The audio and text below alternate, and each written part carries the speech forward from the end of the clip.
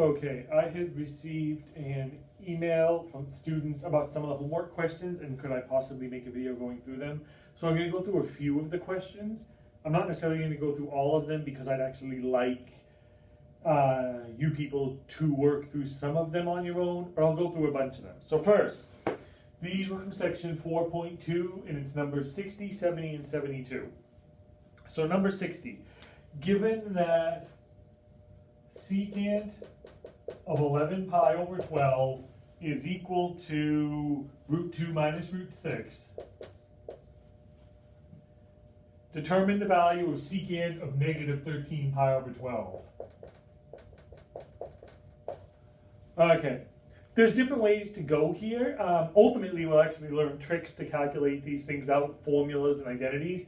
We just don't know them yet. But in lieu of that, we understand I can just draw these angles out. So if I draw them out, let's see. Secant of 11 pi over 12.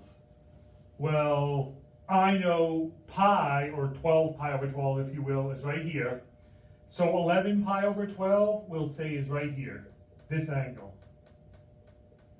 And then I get the secant value at that point right there for that angle, not a big deal. Now I'm told to find the secant of negative 13 pi over 12. So plot that. But we know negative 13 pi over 12 means an angle that starts here and goes backwards. Negative 13 twelfths is negative 1 and 1 12th. That's negative 1. And if this is 11 twelfths, this is 1 12th right here. So this angle is negative 13 pi over 12.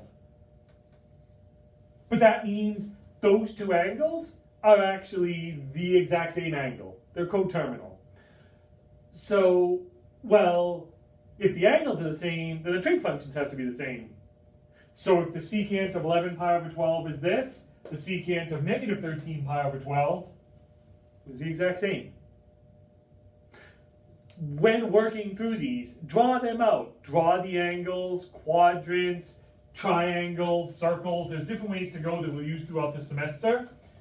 But this trigonometry is visual, so draw things out and it'll help you understand what's going on. Number 70.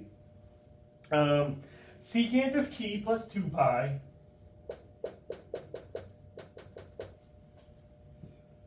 minus secant of negative t. Okay. We know these things are periodic, which means secant of t plus 2 pi is the exact same as secant of t, because 2 pi will just spin me around the circle to the exact same point as t, where I started. So this is really secant of t minus secant of negative t. And now we have to use our understanding of even and odd functions. And let's see. Secant is the reciprocal of cosine. So if cosine is odd or even, so is secant.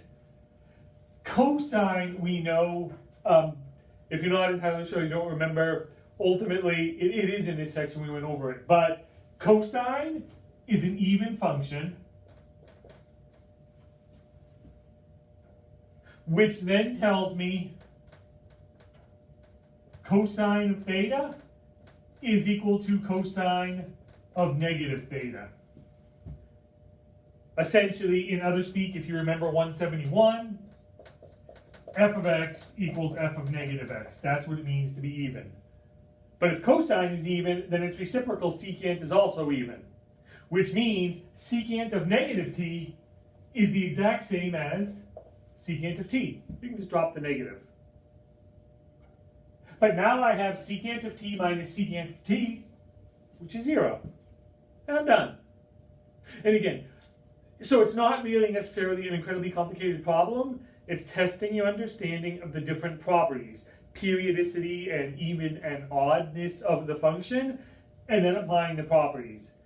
If, just so we are clear though, so we don't always do it, if this had been cosecant of negative t, cosecant is the reciprocal of sine, cosine is an even function, sine is an odd function, so with an odd function you can't eliminate the negative, you would bring it to the front, which would then make this thing positive. So you have to remember the properties of even and odd, which are defined both here and from your 171, because they do come up. Okay. 72. 72 is actually very similar to this one. And again, I'm not going to do it because I want you to do it. See if you can work with the even and odd there. Okay.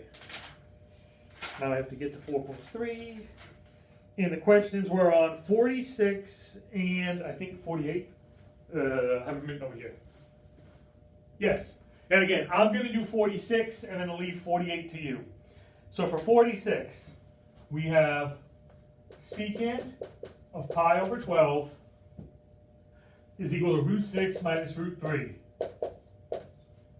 And we're told to find the cofunction of another angle with the same value. We understand cofunctions, sine and cosine are cofunctions, tangent and cotangent, that's what the co means, secant and cosecant. So since this is secant, I'm looking for cosecant of some angle that has to give me the exact same trigonometric value. There's different ways to go here. Your book actually has definitions for the cofunctions that you can literally just plug in. They're right like a couple of pages before this in the section. You can just plug the angle in and be good. I'm not actually going to do that because again, I care more about understanding it if you happen to forget the formula or something. And if we think about it, using something we know. Suppose I have my 30, 60, 90 triangle. So let's see, we'll say this is 60, this is 30, and that's 90. And then this was 1, this was root 3. Oh, I said root 3 and I wrote 2. And this was 2.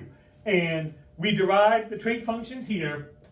And we said that sine of 60 degrees was equal to root 3 over 2. Cosine of 30 degrees was equal to root 3 over 2.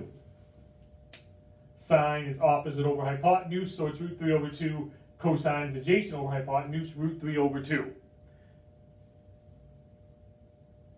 These are cofunctions, sine and cosine, and they give the exact same trigonometric value for the angles 60 and 30.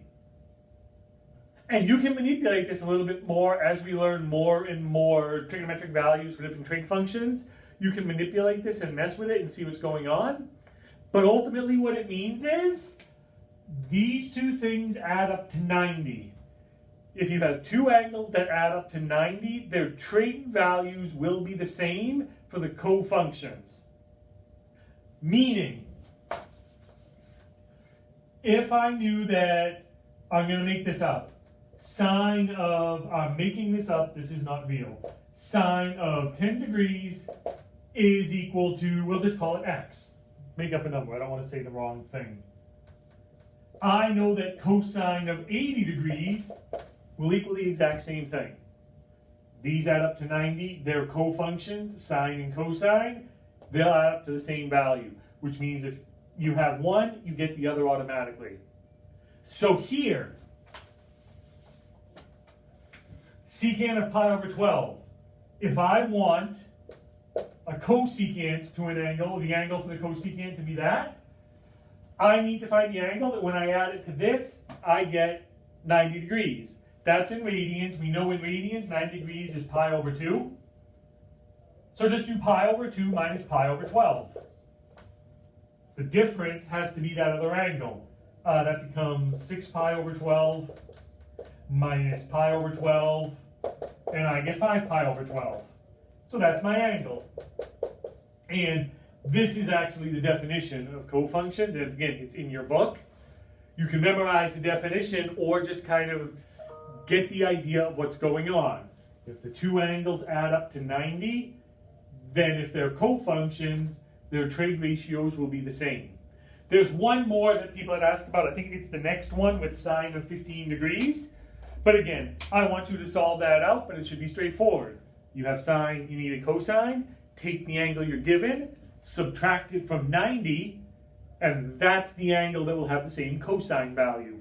If there are other random questions about homework or labs that we do or whatever, or questions about your notes or the other videos that are already posted online, again, feel free to email me and I will make more of these. It's not an issue, not a problem.